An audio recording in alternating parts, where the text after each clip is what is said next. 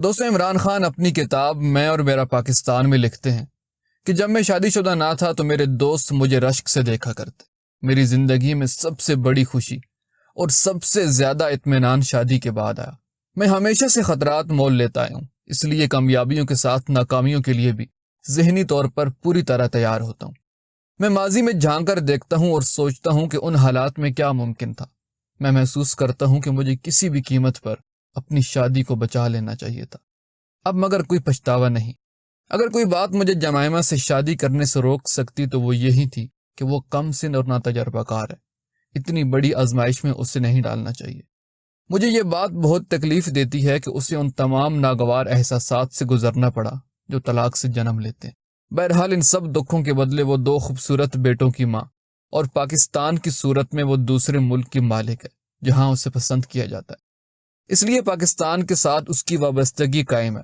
سیلاب ہو یا زلزلہ، ملک پر جب بھی آزمائش آئی وہ سب سے پہلے مدد کے لیے موجود ہوتی ہے. پوچھنے والے سوال کرتے ہیں کہ میں اپنی شادی بچانے کے لیے لندن منتقل کیوں نہ ہو گیا. میں یہ سوچ بھی نہیں سکتا کہ برطانیہ میں بس جاؤں، کرکٹ اور صحافت کی زندگی بسر کروں. میرے لیے یہ ایک بے مقصد حیات ہوتی. میں یہ تصور بھی نہیں کر سکتا کہ زندگی کسی مقصد اور جنون کے بغیر بسر کی جا سکتی. ایک وقت تھا جب مقصد کرکٹ تھا، پھر شوکت خانم اسپتال اور نمل یونیورسٹی جو اگر پروردگار کو منظور ہوا تو ایک دن عظیم و شان شہر علم کی بنیاد بن جائے گی. اب سیاسی جدوجہد میری زندگی کا مرکز و محور بن گئی. جمائمہ کو بھی یہ بات معلوم تھی. اس نے ہمہ وقت گھر کے ساتھ چمٹے رہنے والے کسی شخص سے شادی نہ کی تھی. میری شخصیت کا تحرک بھی ان اوصاف میں شامل تھا جس نے اس شادی پر اسے آمادہ کیا.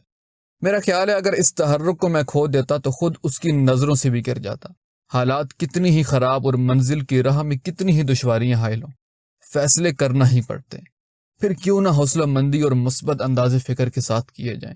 یہی سچی زندگی ہے اور اسی میں آدمی کی ابدی مسرت کا راز پوشیدہ ہے.